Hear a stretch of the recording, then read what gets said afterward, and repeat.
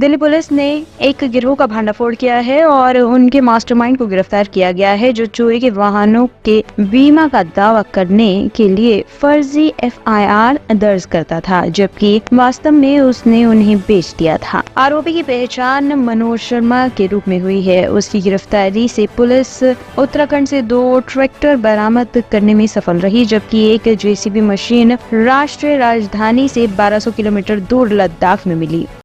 Sir, क्या पूरा मामला है, एक बार बता दीजिए। इस केस में 18/7/2024 को एक एफआईआर दर्ज होती है पश्चिम विहार ईस्ट थाने में।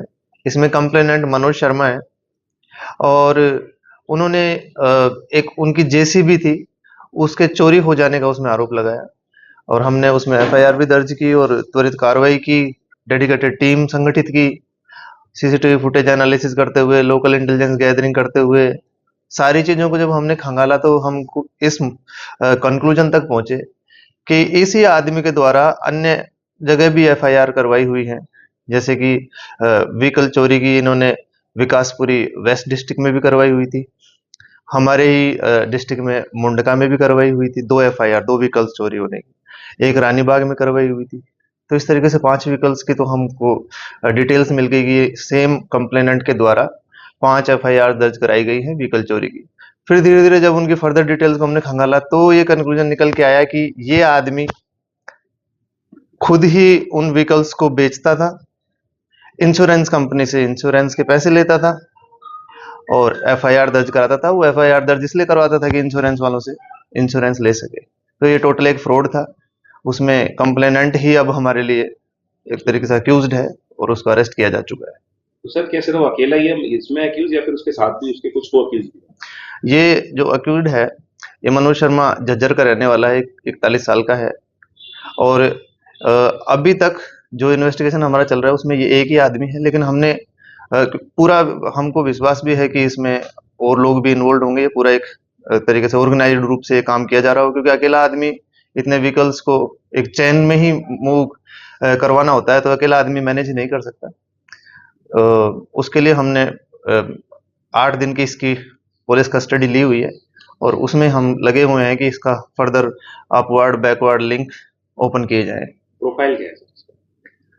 ये आदमी 12वीं पास आदमी है और 41 साल का है, झज्जर का रहने वाला है और इसने पारिवारिक जरूरतों और लाविश लाइफ जीने के लिए ये धंधा स्टार्ट कर दिया। एक टाइप से चीटिंग है, फ्रॉड है।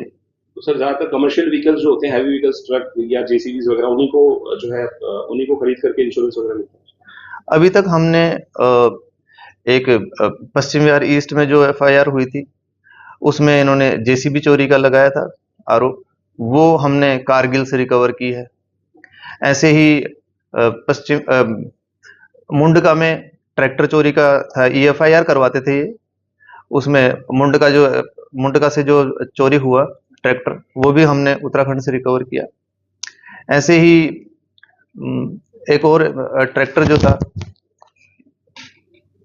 किस थाने का था, नांगलोई से नहीं, और ट्रैक्टर हमने रिकवर किया, उसमें भी एफआईआर थी। वो उसकी एफआईआर विकासपुरी वेस्ट डिस्ट्रिक्ट में थी।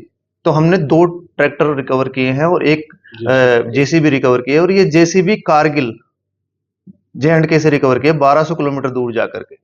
तो ये काफी अच्छी सफलता है। इसमें हमको काफी कसमकस रही, जोर भी आया, चेसिंग भी करनी पड़ी, लेकिन 1200 किलोमीटर दूर जाकर हमने वो जेसीबी रिकवर किया। तो ये मेनली ट्रैक्टर, जेसीबी, बड़े व्हीकल जो होते हैं जो कि कॉस्टली भी हैं, ताकि उनका इंश्योरेंस इसको ज्यादा क्लेम मिलता होगा, तो फायदे की डील हुआ करती थी इसके लिए। इसमें आप देखोगे तो 3 लेवल पे आदमी फ्रॉड कर रहा है। एक, इंश्योरेंस कंपनी के साथ। दूसरा, ये जिसको बेच रहा है उसके नाम भी वो व्हीकल हो नहीं रहा है, एफिडेविट से ही बेच रहा है वो, तो वो कोई टाइटल ट्रांसफर नहीं हुआ है। और तीसरा, वो बैंक वालों के साथ सेटलमेंट करता था, जितना उसका लोन था वो किस्तें देना बंद कर देता था, क्योंकि चोरी हो गया व्हीकल। तो जब वो सेटलमेंट करेगा तो निश्चित रूप से जो अमाउंट देना था एक्चुअली उसका काफी कम करके सेटलमेंट करता था। तो 3 लेवल पे आदमी फ्रॉड कर रहा था। लेकिन सर, ये जम्मू और कश्मीर में बेचना, इतनी दूर अगर बेचने की बात आ रही है, तो कहीं ना कहीं उसके अंदर दिमाग में ये चीजें होंगी कि दूर रहेगा तो इतनी दिक्कतें नहीं आएंगी। हाँ, निश्चित रूप से ये भी एक फैक्टर है कि जितना ज़्यादा दूर आप रखो इस सेंटर से जहाँ से आपने व्हीकल खरीदा है या जहाँ पे उसकी ओनरशिप है एक्चुअली, वहाँ से दूर अगर उसको शिफ्ट कर दिया जाए तो ही उसके कम चांस होते हैं पकड़े जाने के, उसका जो राज खुलने में टाइम लगेगा। जैसे 2 ट्रैक्टर हमने अभी रिकवर किया है, एक ट्रैक्टर उत्तराखंड से किया है, एक ट्रैक्टर यूपी से किया है, तो आसपास के एरिया में वो नहीं बेच रहे हैं, काफी दूर जाके बेच रहे हैं। सर जो व्हीकल्स नहीं या फिर जो आम लोग हैं उनको ये व्हीकल्स सेल करता है? ये इनका नेटवर्क था, खुद की पर्सनल जो जानकारी होती थी, शायद नीडी आदमी जो भी होता था जिसको जरूरत पड़ती थी वो इनके नेटवर्क में आ जाता था, और जस्ट इनका पर्सनल जो वो है इंफॉर्मेशन शेयरिंग उस आधार पे बेचा जाता था। इसका कहीं कोई एडवर्टाइजमेंट वगैरह या कहीं कोई इश्तेहार इस टाइप में कुछ नहीं था। ये आपस में ही, जैसा कि मैंने पहले बताया कि इनका निश्चित रूप से एक गिरोह सा ही काम करता होगा, उसको हम अनरेवल करने की कोशिश कर रहे हैं। मनोज शर्मा के अलावा भी और लोग भी इसमें लिप्त होंगे, उसके हम कार्य कर रहे हैं उस पर। रिसीवर की कोई गिरफ्तारी हुई है क्या सर, जो खरीदता था? हमने जो एक वो कारगिल वाले को पकड़ा है, वेरीफाई कर हाँ, एक बार कारगिल से जो हमने जेसीबी रिकवर की है उसमें हम ये वेरीफाई कर रहे हैं ओनरशिप वगैरह, एक बार वो सर्टेन हो जाए उसके बाद उनको भी एक तरीके से षड्यंत्र का पार्ट बना करके। सर कितनी उम्मीद है आपको, कितनी व्हीकल्स और रिकवर हो सकते हैं और कितने लोगों की इसमें गिरफ्तारी और अभी हो सकती है? देखिए, अभी तक टोटल 5 एफआईआर हमको पता है जिनमें इस आदमी ने, ये कंप्लेनेंट है, उनमें से 3 व्हीकल रिकवर हो गए हैं, 2 और व्हीकल की आशा है।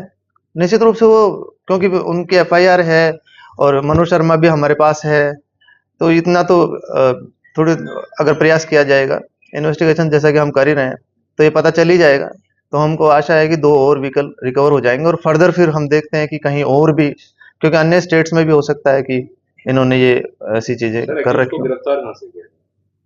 उसको गिरफ्तार हमने क्योंकि वो कंप्लेनेंट था और वो कॉन्फिडेंट था कि उसका ये राज तो कभी खुलेगा नहीं, तो पुलिस के बुलाने पे वो आता था, काफी सपोर्टिव था, लेकिन उसी उसके विश्वास का फायदा लेते हुए हमने उसको बुलाया और हमने एएटीएस का जो स्टाफ है, एंटी ऑटो थेफ्ट स्क्वाड, उसके ऑफिस से ही बुला करके इसको वहीं पे अरेस्ट किया। ठीक है। टॉप स्टोरी ब्यूरो के लिए दिल्ली से हेमंत कुमार की रिपोर्ट।